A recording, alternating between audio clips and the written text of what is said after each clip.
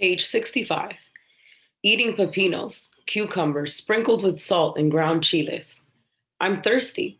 Are they selling juice in the other car? Asked Esperanza.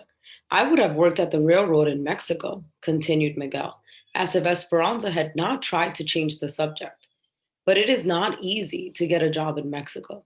You need una palanca, a lever, to get a job at the railroads. I had no connections, but your father did.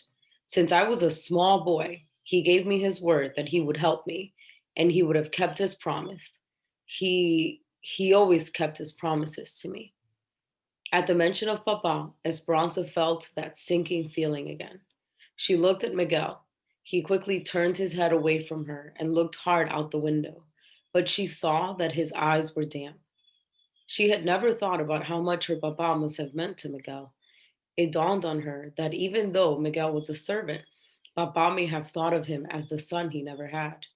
But Papa's influence was gone. What would happen to Miguel's dreams now? And in the United States? She asked quietly. I hear that in the United States you do not need una palanca, that even the poorest man can become rich if he works hard enough. They had been on the train for 4 days and nights when a woman got on with a wired cage containing 6 red hens. The chickens squawked and cackled, and when they flapped their wings, tiny russet feathers floated around the car. The woman sat opposite Mama and Hortensia, and within minutes she had told them that her name was Carmen, that her husband had died and left her with 8 children, and that she had been at her brother's house helping his family with a new baby. Would you like dulces? Sweets? She asked Esperanza, holding open a bag. Esperanza looked at Mama, who smiled and nodded her approval. Esperanza hesitantly reached inside and took out a square of coconut candy.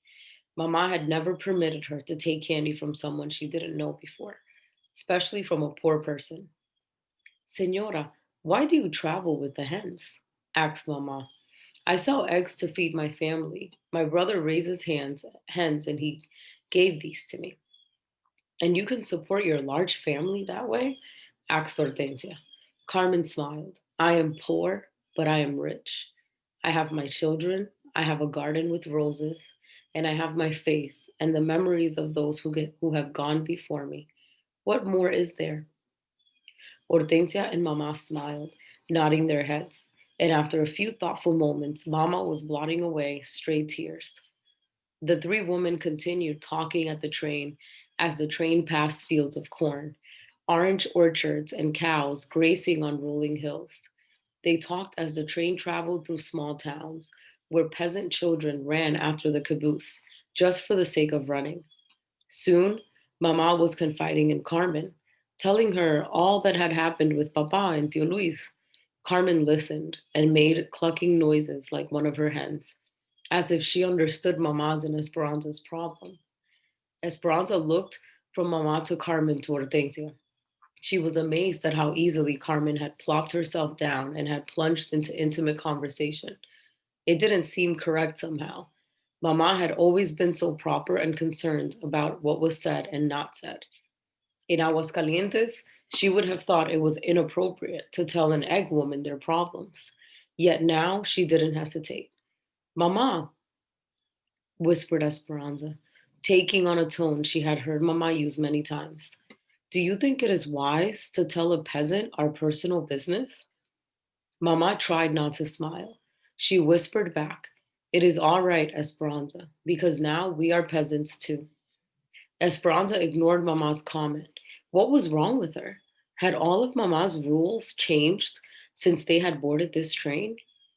When they pulled into Carmen's town, Mama gave her 3 of the beautiful lace carpetas she had made. For your house, she said. Carmen gave Mama 2 chickens in an old shopping bag that she tied with string. For your future, she said. Then Mama, Hortensia, and Carmen hugged as if they had been friends forever. Buena suerte. Good luck, they said to one another. Alfonso and Miguel helped Carmen with her packages and the cage of chickens.